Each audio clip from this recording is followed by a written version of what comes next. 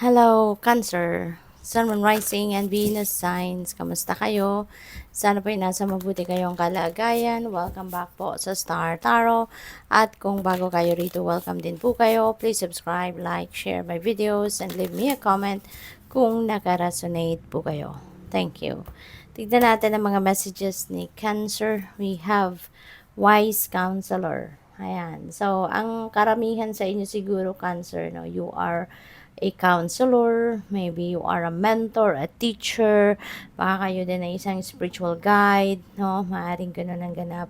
And you never stop learning, no? You never stop learning. Patuloy kayong nagre-research, patuloy kayong nag-aaral, maaring meron din kayong sariling mentor, yung ganon, ano? So, napakaganda lang.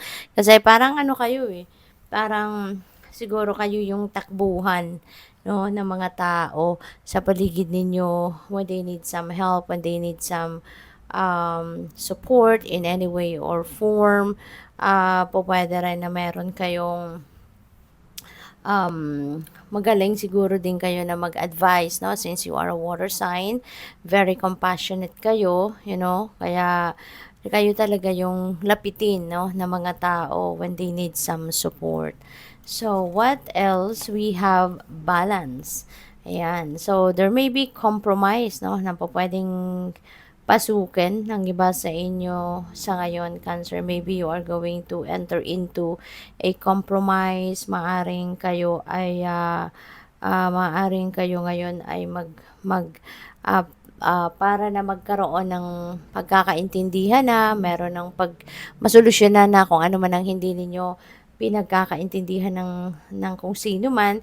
Maybe you will just end up entering a compromise para mag-meet halfway na kayo at parang okay na lang din naman sa inyo na magsakripisyo kayo ng kahit konti, 'di ba? Para na ma-save naman din yung relationship ninyo ng taong ito. Kasi po pwedeng kaibigan mo 'yan, pwedeng person mo, kapamilya, 'di ba? At paiiralin mo dito yung self-control, no?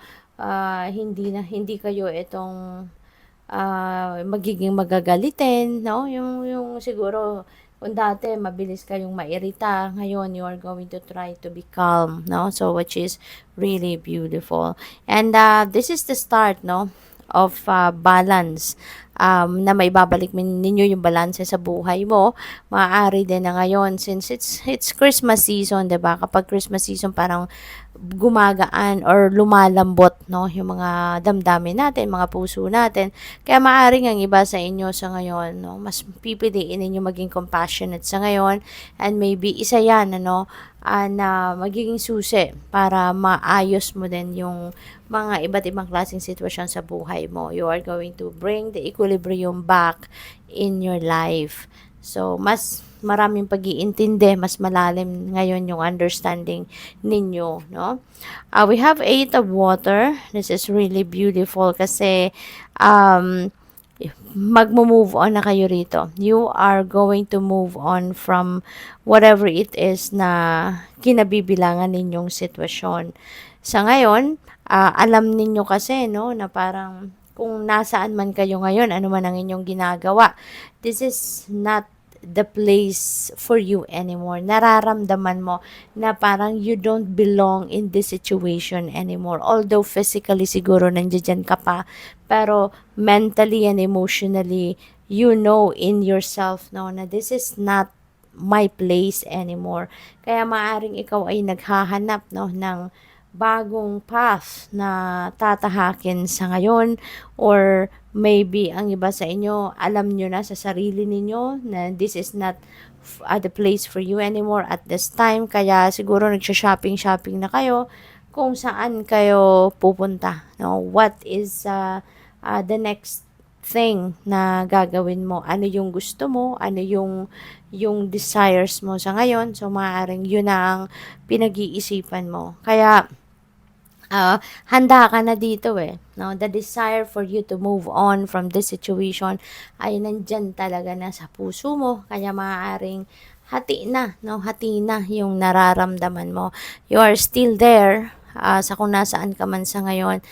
pero parang dahil siguro naghihintay ka na lang, no, ng right time na masiguro mo kung saan ka na papunta, masiguro mo na sa sarili mo where you are heading next. And kapag nasiguro mo na kung saan ka na patungo, then maybe you are going to leave na kung ano man ang sitwasyon mo. No? So, it could be anything. Pwedeng pamilya yan, relationship, pwedeng yan ay trabaho, diba? So, at ang maganda rito, kasi sigurado ka, no, na kailangan mo nang umalis dyan. And kung saan ka patungo, sisiguraduhin mo na doon mo makukuha yung happiness na hinahanap mo, doon mo mahahanap yung fulfillment, diba? You will also be able to empower yourself, reinvent yourself where you are heading next, no? Kaya there is so much excitement then, no? At siguro may konting kaba, diba? Mixed emotions ang maaring nararamdaman ng iba sa inyo dito na iniisip ninyo na paalis na kayo. So what else? We have, when you live in the moment, you will discover the light in simple things. That's very, very true. Kasi if you are embracing what is unfolding right before your eyes, maging simple man ang pangyayari, bongga man ang pangyayari, you know, mapapansin mo, no, kahit maliit na bagay, no, mapapansin mo yan, and you will be able to appreciate it and enjoy it kasi nawi-witness mo, 'di ba? Compared sa mga ibang pagkakataon, 'di ba, na minsan hindi na natin napapansin, 'di ba? Yung mga nangyayari sa buhay natin lumilipas na lang na hindi natin napansin, 'di ba? So hindi mo maa-appreciate ang mga 'yon because you've never witnessed it. You've never experienced it, 'di ba? So listen to your own inner voice. Your knowledge is within you. Okay? Your soul knows. No? Your soul knows what is best for you. Your soul knows ano yung makakapagpasaya sa iyo. Kaya ang mahalaga din dito, no, napakinggan mo din, no, yung inyong inner voice, yung inner yung higher consciousness, pay attention to that. Kasi nandiyan yung wisdom mo eh. Nandiyan yung mga natutunan mo sa buhay in the past, mga experiences mo in the past, nandiyan nakaimbak lang sa sarili mo, 'di ba? Kaya pansinin mo naman ito. Alright? So good luck sa iyo. Thank you for watching. Have a light. Namaste.